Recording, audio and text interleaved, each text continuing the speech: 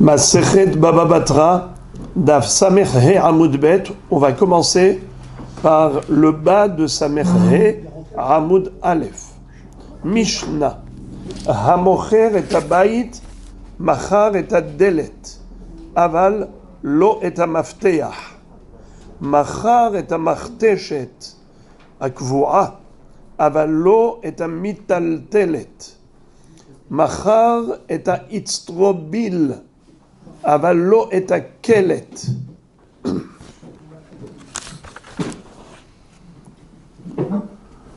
ולא את התנור, ולא את הקיריים. בזמן שאמר לו, הוא וכל מה שבתוכו, הרי כולן מכורין. Cette Mishnah également nous parle des éléments qui sont vendus avec la maison. Et qu'est-ce qui n'est pas vendu? Qu'est-ce qui est inclus dans la vente? Et qu'est-ce qui est exclu de la vente de l'appartement? Lorsqu'on vend un bien immobilier, alors très souvent il y a des accessoires. Et on se pose la question, est-ce qu'en vendant le bien, les accessoires sont vendus avec ou pas? Alors, le principe qui se dégage de cette Mishnah, c'est que les éléments qui sont fixes, immobiles, eh bien, ce sont des accessoires vendus avec la maison. Mais si c'est du mobilier, tout ce qui est mobile n'est pas vendu avec la maison. Et ça va très loin. Par exemple, on va parler de la porte et de la clé. La porte, elle est fixée à la maison, elle est fixe. La clé n'est pas fixe. Il n'est pas obligé de lui donner la clé. Ça veut dire qu'il aille se débrouiller, qu'il aille se fabriquer une clé. J'ai perdu la clé, je ne suis pas obligé de te la fournir. Lisons. Hamocher et abayit, machar lo et adelet, aval lo et amafteach. Celui qui vend la maison, eh bien, il a vendu la porte avec, même si la porte, on peut la déboîter, mais étant donné qu'elle est fixée au sol, elle fait partie de l'immobilier, et elle est vendue avec la maison. Avallo est un mafteach, mais il n'est pas obligé de lui fournir la clé, car la clé, c'est mobile, et tout objet mobile n'est pas annexé à la vente. Ou encore, Machar et Amachteshet Kevua, Avallo et Amitaltelet. À l'époque, les gens se servaient beaucoup du pilon et du mortier. Marteshet, c'est le mortier. Pourquoi ils se servaient de cela? Eh bien, ils achetaient des épices toutes fraîches et on allait les piler à la maison même. Je ne sais pas si vous aviez vu ça dans votre enfance. Oui. Ouais.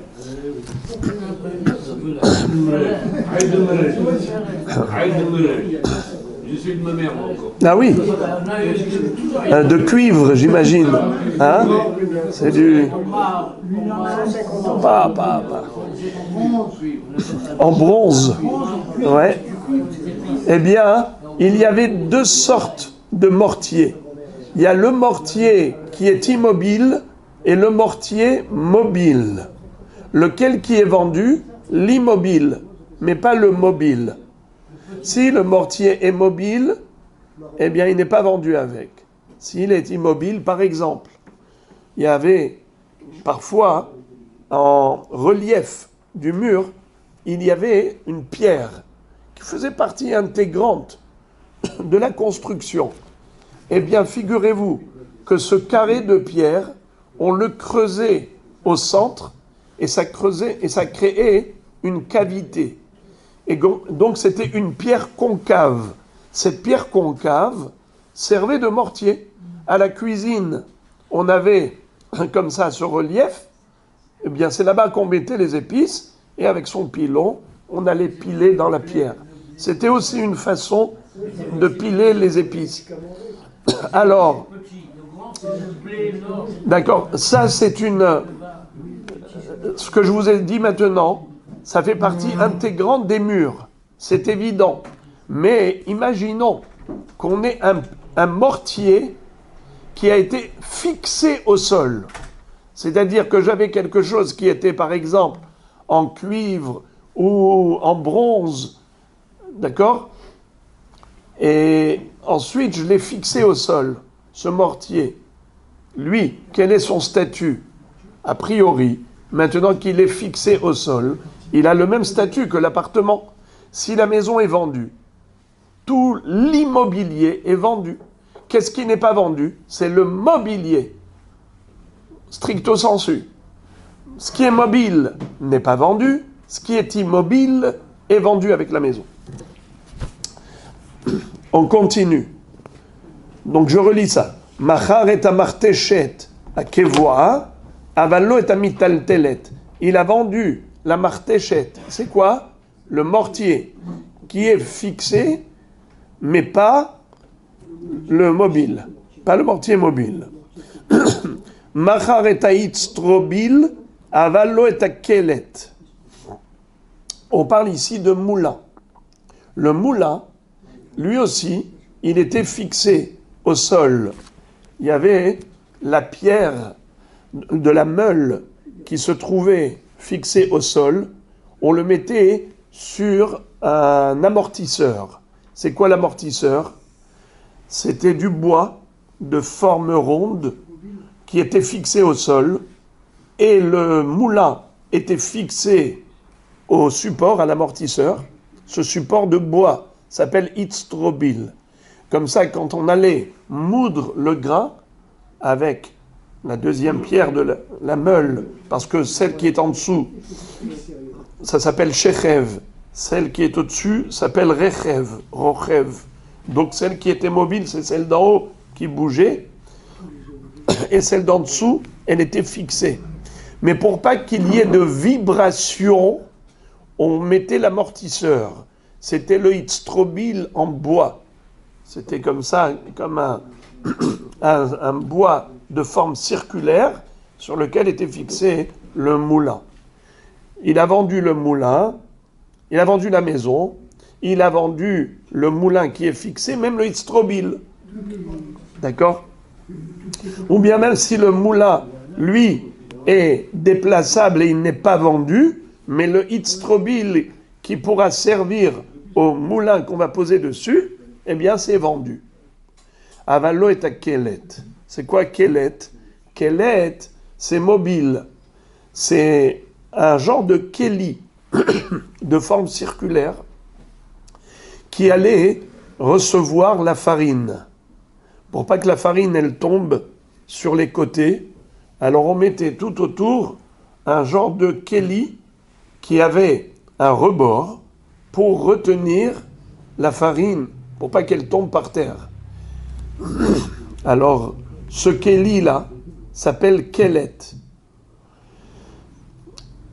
Il y a ceux qui expliquent que c'est un entonnoir où on met les grains pour le moulin. Peu importe, d'une manière ou d'une autre, que ce soit pour les grains en tant qu'entonnoir, ou bien que ce soit pour la farine déjà moulue, pour pas qu'elle tombe par terre. Ce keli était mobile. Il n'est pas vendu avec la maison.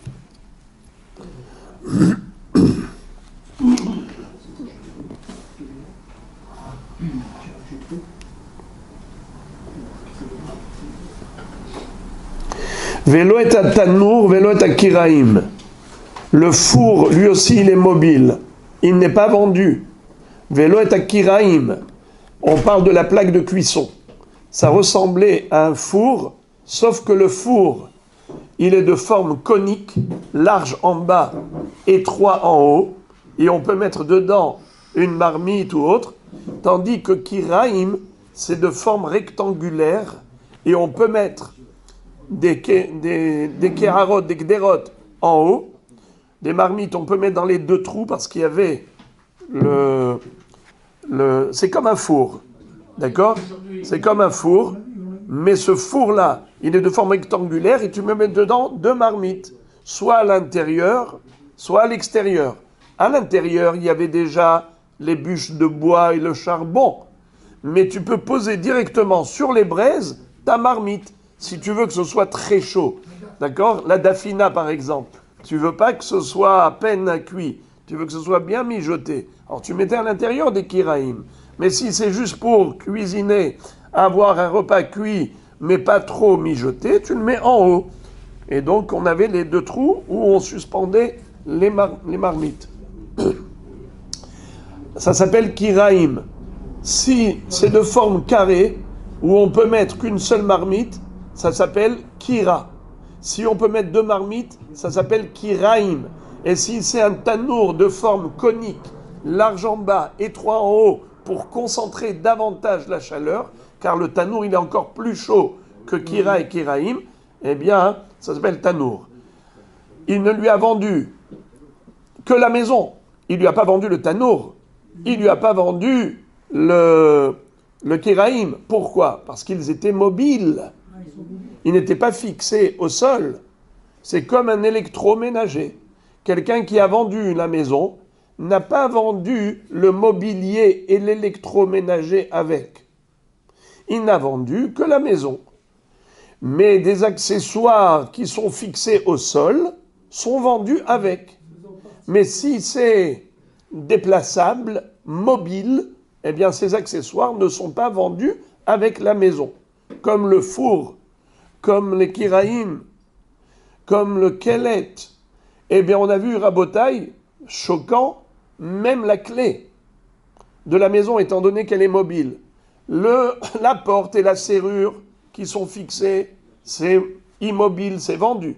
Mais la clé, c'est mobile, il n'est pas obligé de lui fournir. Eh bien, qu'il aille faire une clé, qu'il aille voir le serrurier. Moi, je ne suis pas obligé de lui donner. Je lui ai vendu que ce qui est immobilier. Bizman she'amar lo hu vechol ma shebetocho are kulan mechurin. Mais s'il lui a dit je te vends tout avec la maison, alors tout cela est vendu. Les amis, tout est vendu. Ça veut dire quoi, tout est vendu? Même les habits qu'il y a là-bas dans l'armoire? Qu'est-ce qui est vendu? Non, ce qui est fixe, on a dit que c'est vendu, même s'il lui a pas dit tout. C'est automatiquement vendu. Mais qu'est-ce qui est vendu en plus quand il lui dit je te vends tout avec la maison? Le toit qui est vendu à la maison. Il lui a dit Kolma Shebetocho, tout ce qui est dans la maison, je te vends. Il lui a vendu tous ses costumes? Non, le mobilier, tout ce qui touche la maison. Bravo. Tout ce qui est accessoire pour servir l'habitation, l'habitat. C'est-à-dire que, par exemple, le four, c'est ce qui sert pour habiter. On a besoin de vivre, de manger. Alors, c'est un accessoire. Le moulin qui est dans la maison, c'est un accessoire. En d'autres termes, tout ce qui sert à la maison. Mais les habits, ça ne sert pas à la maison. C'est-à-dire que ce n'est pas un accessoire de la maison. Alors là, quand il lui dit « je te vends tout ce qui est dans la maison », eh bien c'est tout le mobilier et l'électroménager.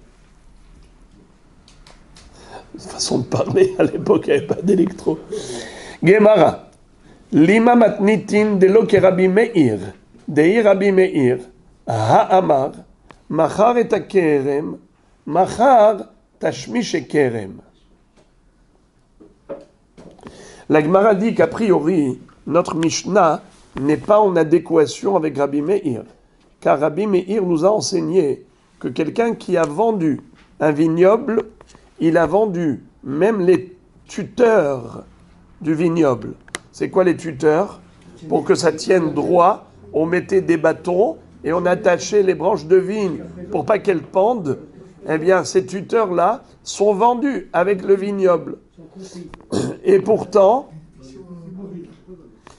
c'est mobile. Nahon, c'est mobile.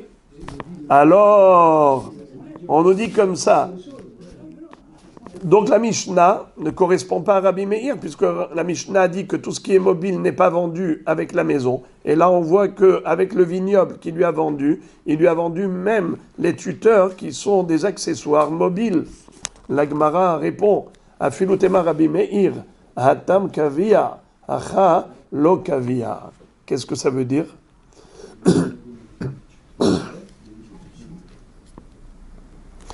La Gemara dit, c'est vrai que Rabbi Meir a dit que les tuteurs sont vendus, mais ce n'est pas en contradiction avec notre Mishnah. Pourquoi? Parce que Hatam Kaviyah, là-bas les tuteurs, ce sont des choses qui sont fixes, car on ne les bouge jamais de là-bas. Alors même s'ils ne sont pas plantés dans le sol, fixés au sol, mais après tout, jamais on ne bouge ces tuteurs d'ici. Une fois qu'ils sont là, ils sont là à jamais, définitivement. Alors c'est comme si c'était fixé au sol. On peut dire que ce sont des choses immobiles, que c'est comme l'immobilier. C'est pour cela que c'est vendu avec le vignoble, ces tuteurs.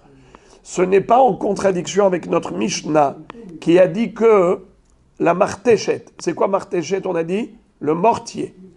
Le mortier où on va piler les épices avec le pilon. On a dit que la martéchette n'est pas vendue automatiquement, sauf si c'est une martéchette kevura. Mais une martéchette qui n'est pas kevura, on a déjà appris que ce n'est pas vendu. Alors Rabbi Meir, lui, est-ce qu'il est d'accord avec cette Mishnah ou pas? A priori, il a dit que les tuteurs sont vendus, donc il devrait dire que même la martéchette est vendue. Or, la Mishnah a dit qu'elle n'est pas vendue, donc Rabbi Meir n'est pas d'accord avec notre Mishnah. Il dit non, il est d'accord.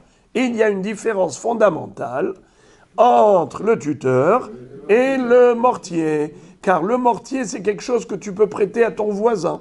Ton voisin, il te dit, tu peux me prêter ton mortier? Tiens. C'est mobile. Mais le tuteur, depuis le jour où on l'a mis au milieu de la vigne, ça n'a jamais bougé jusqu'à la fin des temps. Alors, c'est pour cela que c'est un statut d'immobilier. C'est vendu avec. Donc, Rabbi Meir peut être tout à fait d'accord avec notre Mishnah, qui a dit que la martéchette n'est pas vendue, bien qu'il ait dit que le tuteur est vendu dans le kérem. Car le tuteur, tu ne le bouges jamais, alors que le mortier, on le déplace à tout va. Et la Gemara a dit, malgré tout, je pense que Rabbi Meir n'est pas d'accord avec notre Mishnah. Pourquoi? Veha mafteyah, dumia de delet katane, ma delet dikvia, af mafteyah de kavia. Qu'est-ce qu'on a dit? Que celui qui vend la maison, il a vendu la porte.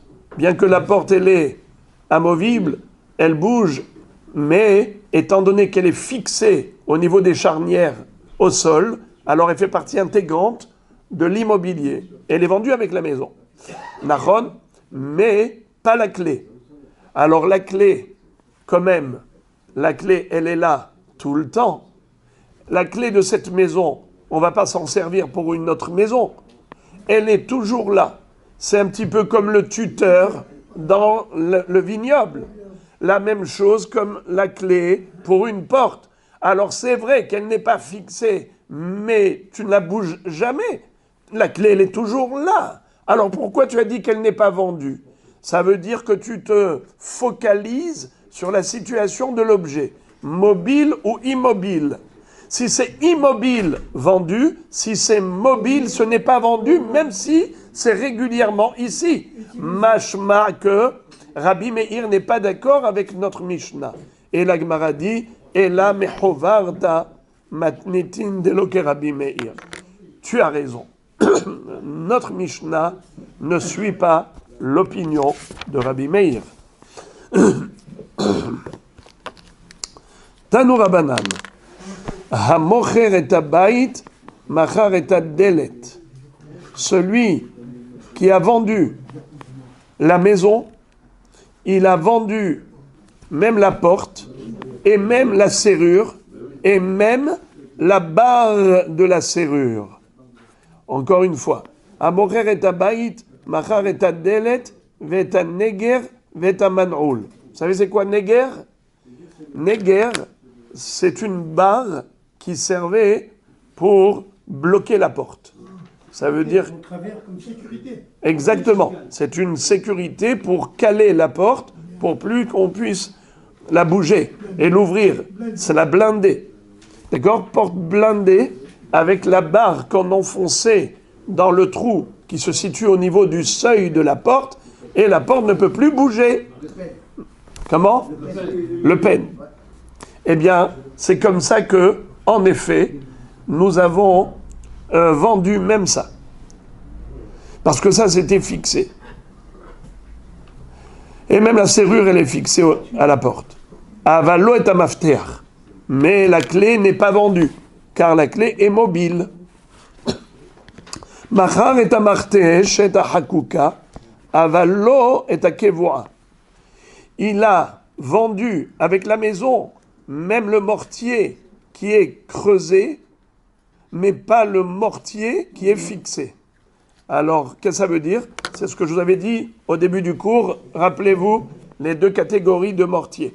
On avait dit que, parfois, à l'époque, ils avaient un mortier avec le pilon, comme on a dit, en cuivre, ou en bronze, ou en fonte, peu importe. Mais il y avait parfois un mortier qui faisait partie des murs. Comment? Lorsque dans le mur, il y avait en relief une grosse pierre qui sortait au bas du mur, dans la cuisine, eh bien, on creusait le centre et ça faisait un creux. La pierre était concave et on mettait là-bas les épices et après, avec le pilon, on pilait les épices. Ce mortier-là, évidemment, il fait partie des murs. Il fait partie de la maison.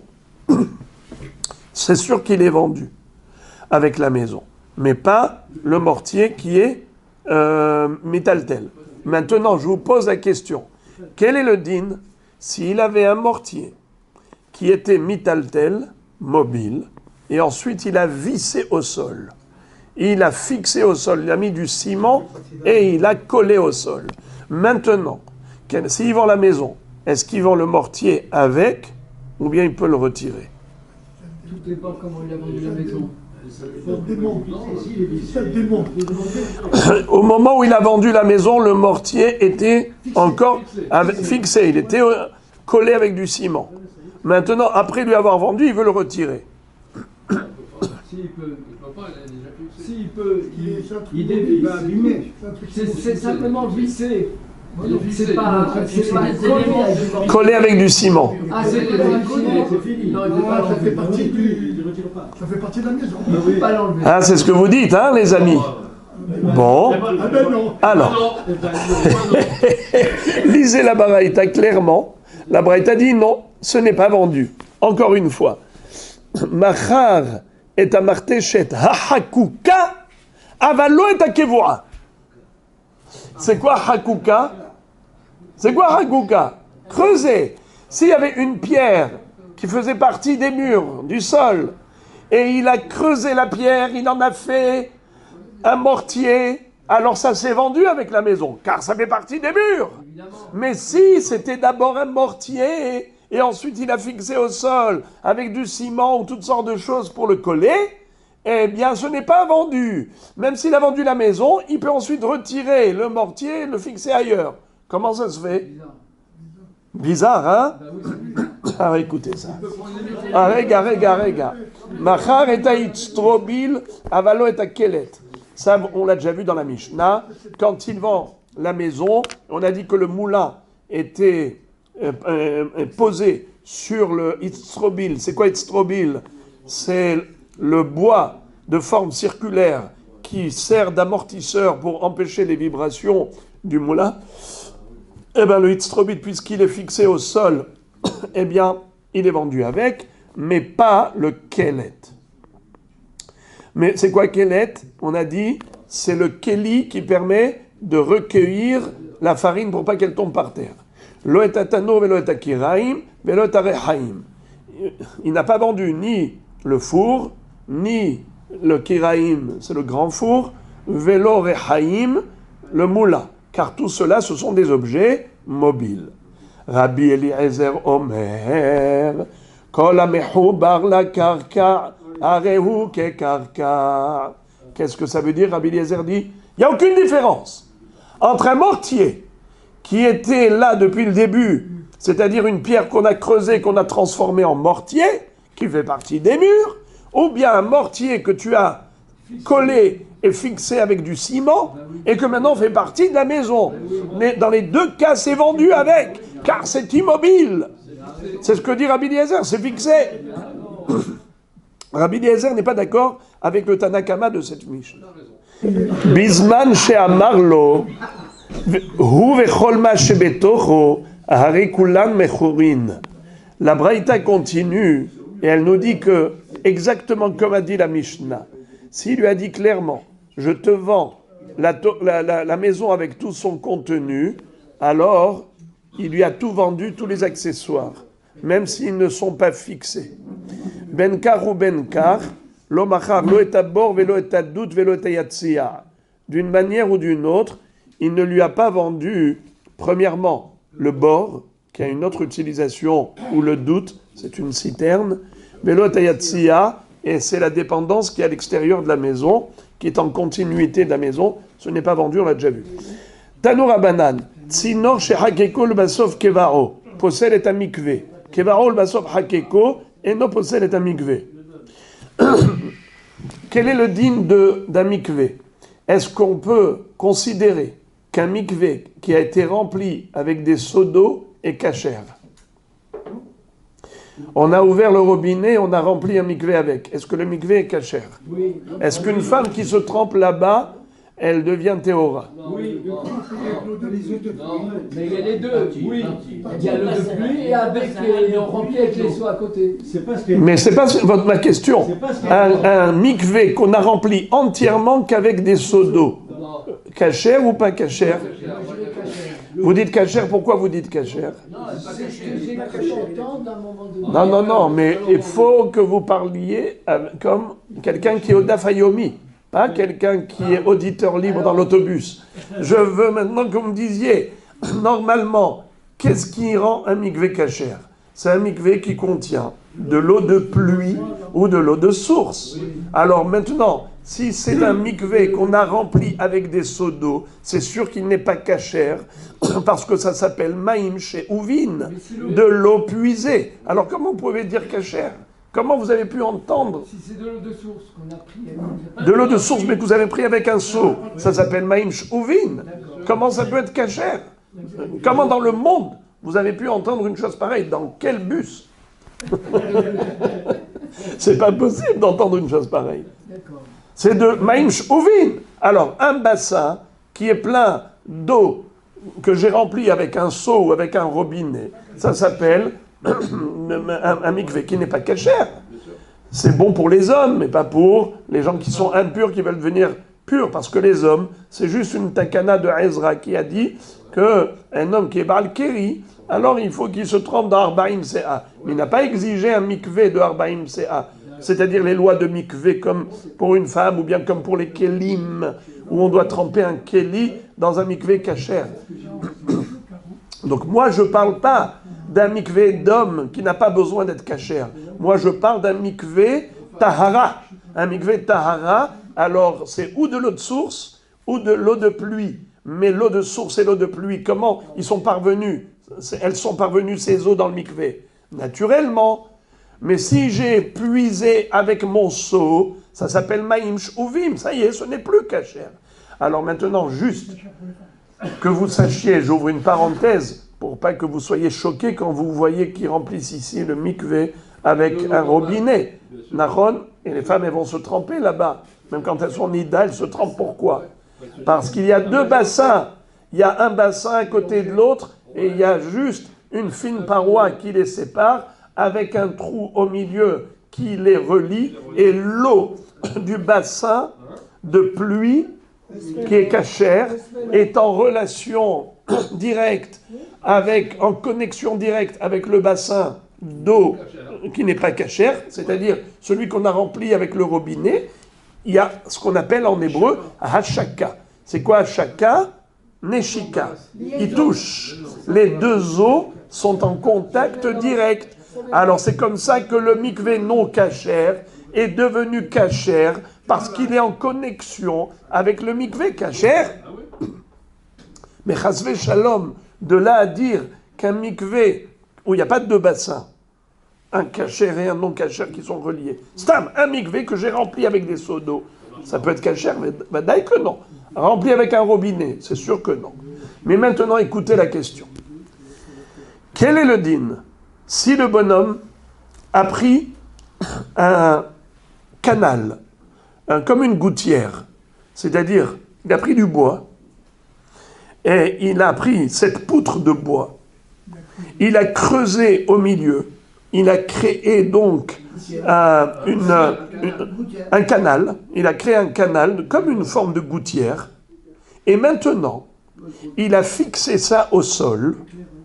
Comme ça, l'eau de pluie, elle descend et elle traverse ce petit tuyau, ce petit canal, et ça arrive au bassin. Est-ce que ce bassin-là s'appelle plein d'eau de pluie, ou bien ce bassin n'est pas cachère, car l'eau de pluie a traversé un kéli. C'est-à-dire que si l'eau de pluie ou l'eau de source a été puisée avec un kéli, avec un seau, on a dit pas cachère.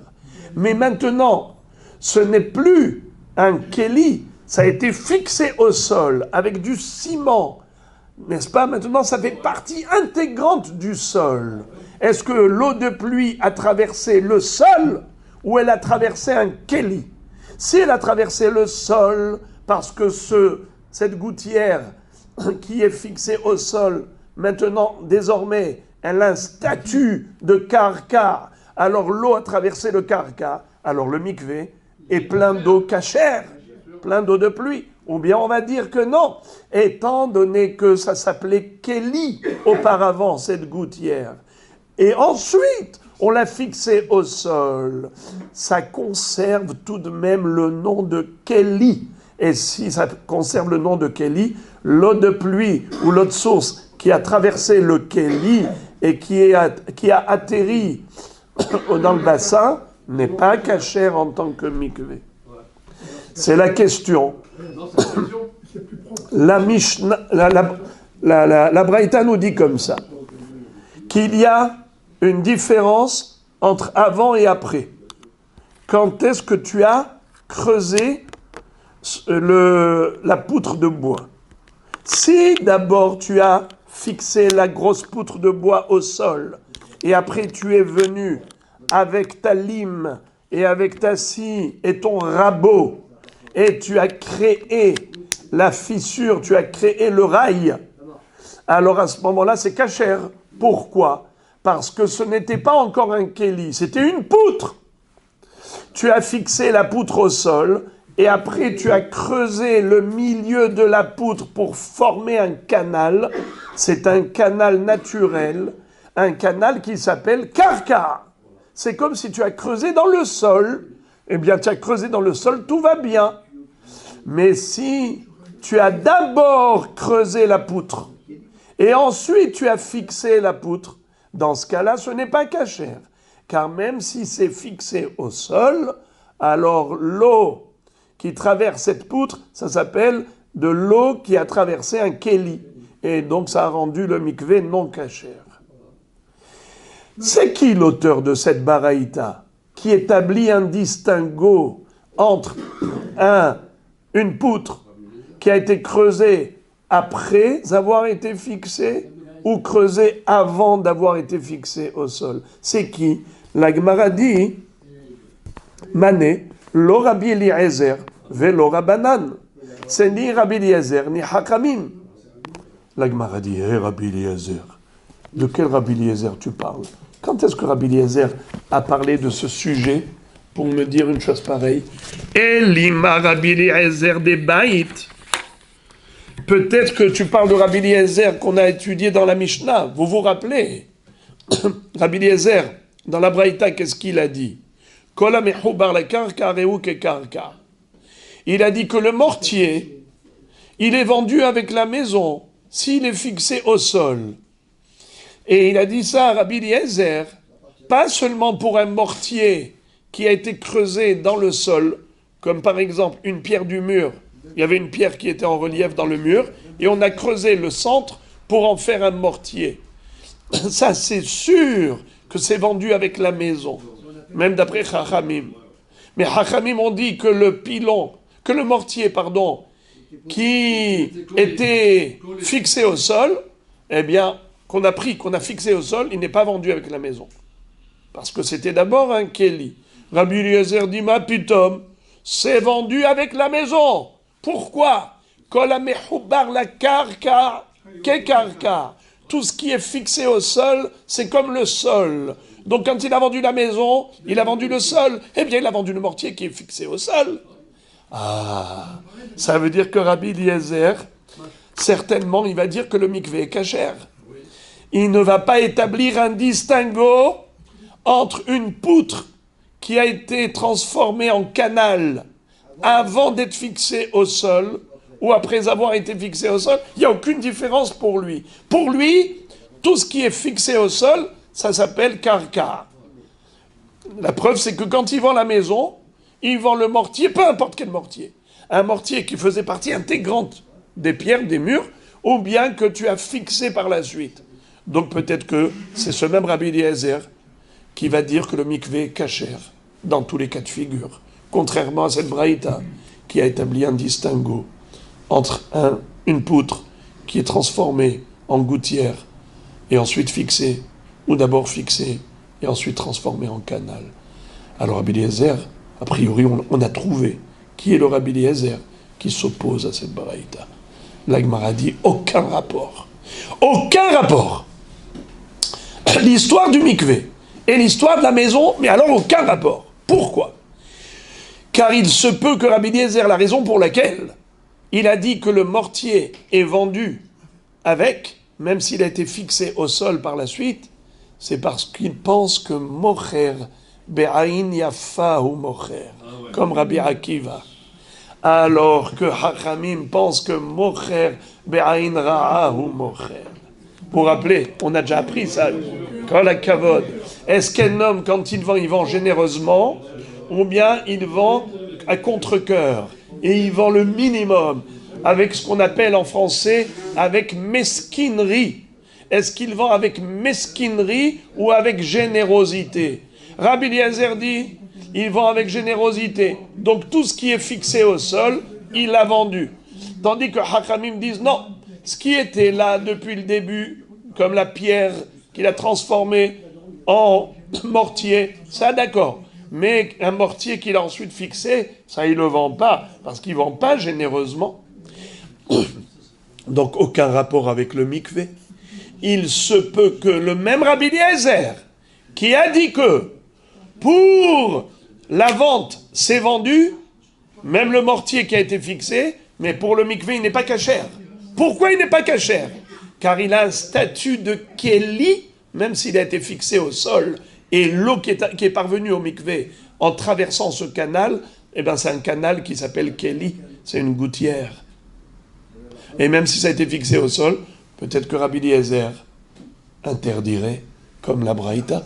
Alors pourquoi tu as affirmé que Rabbi Eliezer n'est pas d'accord avec cette braïta? Je ne sais pas où tu as trouvé ce Rabbi Eliezer.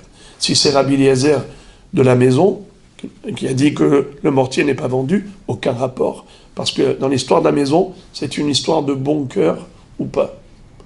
Générosité ou mesquinerie. Aïn yafa ou aïn ra. Quel rapport avec le mikvé? Il se peut que Rabbi Eliezer est d'accord. Où tu as trouvé Rabbi Eliezer qui n'est pas d'accord avec l'histoire du mikvé? La Gemara dit, ah, j'ai trouvé. Ve'ela Rabbi Eliezer de kaveret devorim. C'est certainement l'histoire de la ruche d'abeilles, la ruche de miel. Il y a une très grande discussion à propos de la ruche. Là, Rabbi Eliezer de Kaveret Devorim, dites Nan, comme il est écrit dans une Mishnah. Kaveret Devorim, Rabbi Eliezer Omer, Harehi Kekarka. Une ruche d'abeilles, c'est comme le sol. Ça a le même statut que le sol. Pourquoi? Vous avez déjà vu des ruches? Oui. Où est-ce qu'elles sont? Elles sont raccrochées. Bravo, elles sont fixées. C'est pas quelque chose qu'on déplace. étant donné que la ruche, elle est fixée à l'arbre ou fixée au sol, ça s'appelle davar kavua. Naron, écoutez ça. Kaveret devorim, comptez avec les doigts. D'abord, je vais lire et après on va traduire. On va compter avec les doigts. 1. Rabbi Eliezer Omer, Arei kekarka. 1. 2. Vekotvin alea prosbol. 3. Veena mekabelet tum'a bimkoma. 4. Ve'arode mimena beshabbat chayav chatat. Qui veut répéter les 4 halachot qu'on vient de dire à propos d'un kaveret, devorim, la ruche d'abeilles? Premièrement, c'est comme un karka. Deuxièmement, on peut écrire dessus prosbol. Troisièmement, il n'est pas mekabelet tum'a bimkoma. Quatrièmement, rodé mimena beshabbat chayav chatat. Alors, on va traduire et vous allez voir à Botaï la grande mahloquette explosive. Juste, je vous demande un peu de patience. Est-ce qu'il est possible d'avoir 4 minutes de patience? 4 minutes pour expliquer les 4 halachot. La première halakha, Arei kekarka. Vous le savez.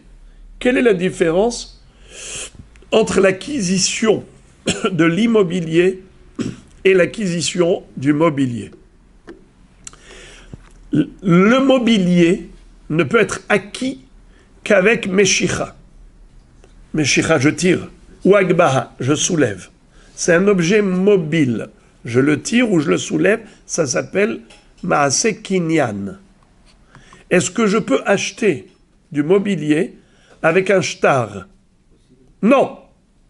Est-ce que je peux acheter du mobilier avec du kesef? Non. Est-ce que je peux l'acheter avec hazaka? Non plus. Par contre, l'immobilier, c'est le contraire. L'immobilier, comment il s'acquiert? Bekesef, bishtar ou bechazaka. Voilà. Maintenant, une ruche d'abeilles. Est-ce que ça a un statut de karka ou ça a un statut de keli? Si ça a un statut de keli, qu'est-ce qu'il faut faire pour l'acquérir? Kinyan meshicha ou agba. Si ça a un statut de karka, qu'est-ce qu'il faut faire pour l'acheter? Kesef, oshtar, ou chazaka. Comme l'immobilier. Qu'est-ce que nous dit la Rabbi Eliezer? Kaveret devorim, arei kekarka. C'est considéré comme de l'immobilier, la ruche d'abeilles. Deuxième halakha, kotvin alea prosbol. Vous savez que c'est quoi prosbol? Bien sûr. Lors de la Shemitah, toutes les dettes sont annulées. Nachon. Et si on ne veut pas que la dette soit annulée, alors on écrit un prosbol. C'est qui avait été metaken? Qui est-ce qui a institué le prosbol? Hillel Azaken.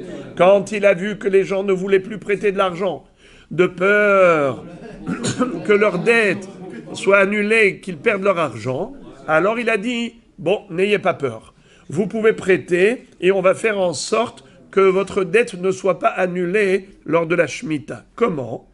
Vous allez souscrire au prosbol, le transmettre au Dayanim, Mosrani bifnechem ploni ou ploni ou ploni à Dayanim, chez Kol Hov sheyeshli, chez Gvenu, bechol zman she'ertze. D'accord. Rabotai, Hillel Azaken a été metaken, le prosbol, que par rapport à des emprunteurs qui possèdent de l'immobilier. Pourquoi? Parce que les gens ne prêtent pas sans garantie. Et quelle est la garantie? C'est l'immobilier. Si tu ne vas pas me rembourser, eh bien je viendrai te saisir le bien immobilier. Mais si tu n'as pas de bien immobilier et que tu as fait faillite, tu n'es plus solvable. Alors les gens ne prêtent pas s'ils n'ont pas de garantie. Ça peut arriver qu'on prête, mais en général. C'est pour cela que le prosbol a été institué pour un prêt fréquent. Et en général, on prête qu'à celui qui a du karka. Maintenant, quel est le dîme, les amis? Si le bonhomme n'a pas de bien immobilier, il a juste une ruche d'abeilles. Bravo. Rabbi Eliezer nous dit que la ruche d'abeilles est considérée comme un bien immobilier.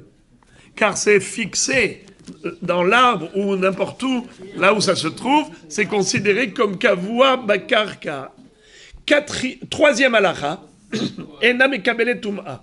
Vous le savez, un keli qui était au contact d'une source d'impureté, qu'est-ce qui devient le keli? Tamé. Mais si c'est le karka qui a touché un homme tamé, je touche la terre.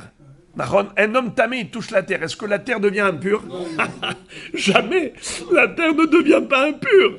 Alors maintenant, quelqu'un qui était tamé, qui a touché la ruche d'abeilles, il a rendu tamé, oui ou non?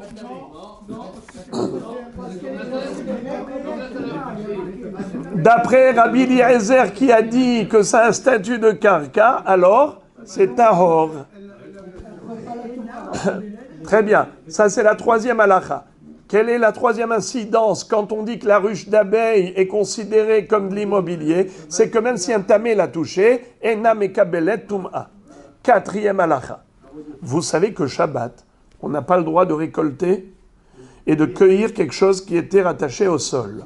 Quelqu'un qui est kotzer, qui cueille par exemple une pomme, qui coupe du blé, n'importe quelle cueillette Shabbat rend la personne passible de Chilul Shabbat. D'accord? C'est très grave, c'est une melacha, le kotzer. Quelqu'un qui va dans la ruche de miel et il prend du miel pendant Shabbat. Il voit les pains de cire avec leurs alvéoles, avec du miel intégré dedans, et il prend sa spatule, et pendant Shabbat, il va aller prendre du miel de la ruche. Est-ce qu'il a commis une infraction shabbatique ou pas, d'après vous? Selon Rabbi Eliezer, qui a considéré que c'est comme un karka, eh bien oui, mais Hachamim Omrim, Hachamim ne sont pas d'accord sur les quatre halachot. Uno, ena kekarka. Pour acquérir une ruche d'abeilles, c'est pas bekesef, bishtar ou bechazaka, comme quand on achète de l'immobilier, c'est agbaha ou meshicha. Il faut soulever la ruche comme un objet mobile. Ven kotvin alea prosbol. Le prosbol, c'est pas possible de l'établir par rapport à la propriété d'une ruche. Si le lové n'a pas de karka, il a juste une ruche d'abeilles, il n'y a pas de prosbol qui fonctionne. Mekabelet tum'a. Et si un tamé a touché la ruche d'abeilles, elle devient tamé, parce que c'est un keli, c'est pas un karka. Ve'arodé mimena beshabbat patour. Et celui qui pendant Shabbat a pris du miel de la ruche, il n'est pas hayaf hatat. Il a commis un issur rabbinique, mais il n'a pas commis une infraction thoraïque. Il n'est pas hayaf hatat, comme a dit Rabbi Eliezer, que c'est comme quelqu'un qui a cueilli des plantes. Pas du tout, mais la ruche, elle n'est pas fixée au sol. C'est-à-dire que la ruche n'a pas un statut de sol pour dire que le miel que tu as cueilli, c'est du miel que tu as cueilli de Makom Gidoulo. Il a poussé dans la ruche par les abeilles, et maintenant tu as cueilli. Mais cueilli quoi? Mais c'est déjà détaché du sol. C'est un keli, c'est pas rattaché au sol. Alors pourquoi tu dis que je rêve ratat? Pas Hayaf ratat. Alors Rabotai, s'il vous plaît, maintenant qu'est-ce que vous voyez?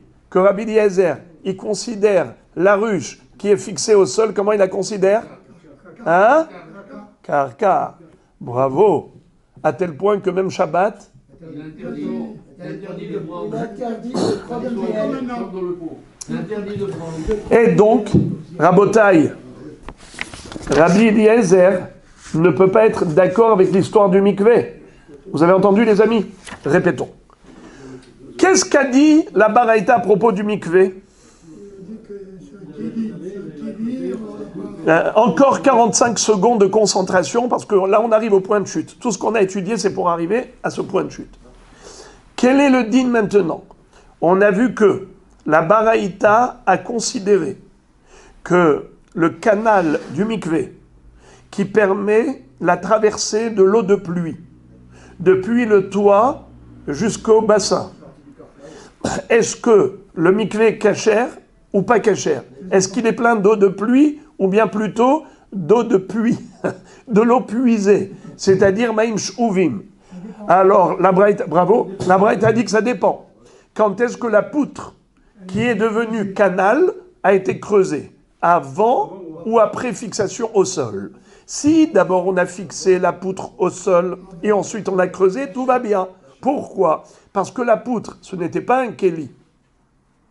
C'était avant juste un bloc de bois. c'était pas un kéli, c'est pas un réceptacle. Quand est-ce que c'est devenu un réceptacle, un récipient? Qu'une fois qu'on l'a déjà cimenté dans le sol, on l'a fixé au sol, maintenant on l'a creusé. Eh bien, c'est comme si tu creuses une tranchée dans le sol. C'est sûr que c'est pas un kéli, c'est le sol lui-même. Seulement, il y a le sol de bois, il y a le sol de terre. Ça s'appelle creuser le sol. D'accord? Maintenant, frères et amis, si l'inverse, d'abord tu as transformé la poutre en canal, en gouttière, c'est un kéli. Et après tu l'as fixé au sol, ça reste kéli. Le mikvé n'est pas cachère, car l'eau a traversé un kéli. Maintenant, la Gemara dit, ça ne peut pas exister d'après Rabbi Eliezer, cette différence. Car pour Rabbi Eliezer, c'est pareil. Fixé au sol avant ou après, une fois que c'est fixé au sol, ça s'appelle karka. On a cherché, c'est où ce Rabbi Eliezer? Peut-être Rabbi Eliezer de notre Mishnah Baba Batra? Impossible. Pourquoi? Car là-bas, il parle de Mocher Be'ain Yafa, Mocher Be'ain Ra'a. C'est ça le débat. Ça n'a rien à voir avec karka. Peut-être Rabbi Eliezer de la Ruche, qui a dit que la Kaveret Dvorim, elle est premièrement comme un karka pour l'acquisition. Elle a un statut de karka pour ne pas être Mekabel Tum'a. Elle a un statut de karka pour le prosbol. Et elle a un statut de karka pour la cueillette Shabbat. Celui qui va prendre du miel de la ruche pendant Shabbat, c'est comme s'il a cueilli une plante du sol. Donc voilà, clairement, Rabbi Eliezer, on a trouvé quand est-ce qu'il considère qu'un objet mobile fixé au sol a le même statut que le sol. Tu vois qu'il a dit ça à propos de la ruche d'abeilles. Donc il ne peut pas être d'accord avec l'histoire du mikvé.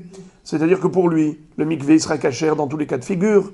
Que la poutre soit creusée avant ou après, peu importe, une fois qu'elle est fixée au sol, ça y est, c'est considéré comme le sol. Donc l'eau de pluie ou l'eau de source qui a traversé cette gouttière, ça s'appelle traverser le sol. Et donc c'est sûr que c'est cachère, n'est-ce pas? Eh bien la Gemara réfute, elle dit aucun rapport.